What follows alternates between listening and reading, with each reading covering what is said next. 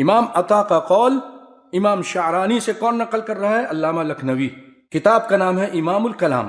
اور اسی طرح یہ قول عمدۃ الرعایہ حاشیہ وقایہ یوسفی صفحہ نمبر 141 جلد اول، ابو حنیفہ اور ان کے شاگرد محمد، ان کے دو قول، ایک سورہ فاتحہ کے بارے میں یہ ہے کہ یہ واجب نہیں ہے، عدم وجوب، یعنی مقتدی پر واجب نہیں ہے، نہ یہ سنت ہے، لیکن یہ ان کا قدیم قول تھا جس کو امام محمد نے اپنی تصانیف، امام محمد نے بہت ساری کتابیں لکھی، اپنے تصانیف میں اس کو لکھا، وانتشرت النسخ الی الاطراف، دنیا کے کونے کونے تک وہ ساری باتیں پہنچ گئیں، مشہور ہو گئیں۔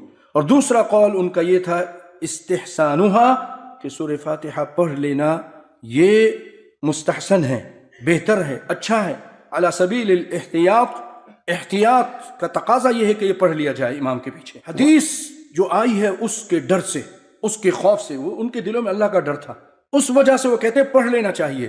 وہ حدیث کیا پیش کی؟ دونوں حدیث پیش کرتے ہیں کہ آپ صلی اللہ علیہ وسلم نے فرمایا لا تفعلوا الا بفاتحة الکتاب، کچھ مت پڑھو، یعنی قرآن میں سے کچھ مت پڑھو، استثناء آگے فرماتے ہیں کہ سورہ فاتحہ ضرور پڑھو۔ اور دوسری روایت جس کی وجہ سے دونوں ڈر گئے وہ یہ تھی فلا تقرؤوا بشیء من القرآن اذا جہرت الا بام القرآن، تو آپ صلی اللہ علیہ وسلم نے فرمایا لا تقرؤوا، کچھ مت پڑھو، بشیء من القرآن، قرآن میں سے، اذا جہرت، جب میں زور سے پڑھوں، جب میں زور سے پڑھوں تو کچھ مت پڑھو، الا بام القرآن، مگر ام قرآن ضرور پڑھو۔ رسول اللہ جب ہمیں استثناء دے رہے ہیں تو ہم رسول اللہ سے زیادہ قرآن کو سمجھتے ہیں۔ آپ صلی اللہ علیہ وسلم پر یہ آیت نازل ہوئی نا، وَإِذَا قُرِئَ الْقُرْآنُ فَاسْتَمِعُوا لَهُ وَأَنصِتُوا لَعَلَّكُمْ تُرْحَمُونَ، آپ کے سامنے یہ آیت تھی، اس کے باوجود آپ کہہ رہے ہیں کہ تم قرآن میں سے امام کے پیچھے کچھ مت پڑھو مگر سورہ فاتحہ ضرور پڑھو۔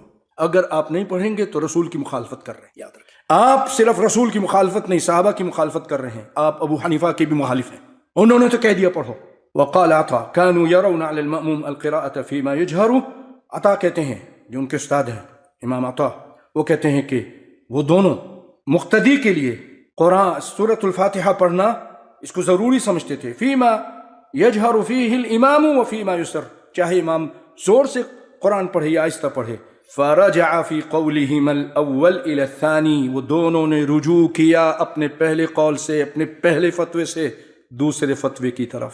اور وہ تو رجوع کرتے ہیں، ملا تو رجوع نہیں کرتا، تو تیار نہیں ہے۔